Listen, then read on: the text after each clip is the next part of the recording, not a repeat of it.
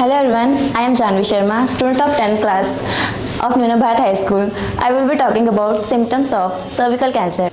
In cervical cancer, unusual vaginal discharge is a significant symptom that often differs from normal discharge in consistency, color, and odor.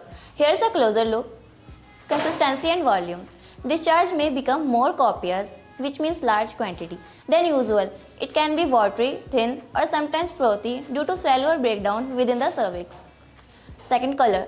The discharge often appears pink, brown, or even blood tinted, especially when associated with tumor growth or erosion of cervical tissue. This discharge may resemble spotting but occurs more irregularly.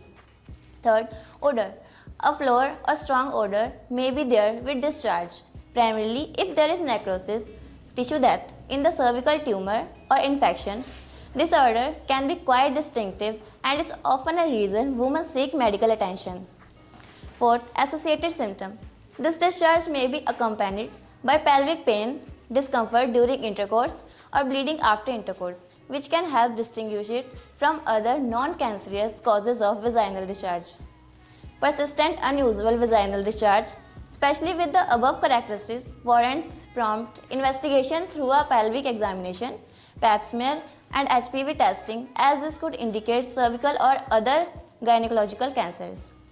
Now coming back to the symptoms, presentation of cervical cancer, pelvic pain. This may occur particularly during intercourse or as the cancer progresses. Painful urination or hematuria. When the cancer affects the urinary tract, it can lead to blood in the urine or painful urination. Bowel or bladder changes. Advanced cervical cancer may cause constipation, urinary frequency, or incontinence. That is पेशाब दा अपने आप निकल जाना. The presence of these symptoms, especially in women with a history of HPV infection or inadequate screening, warrants further evaluation with a pap smear, HPV testing, and colposcopy. Thank you.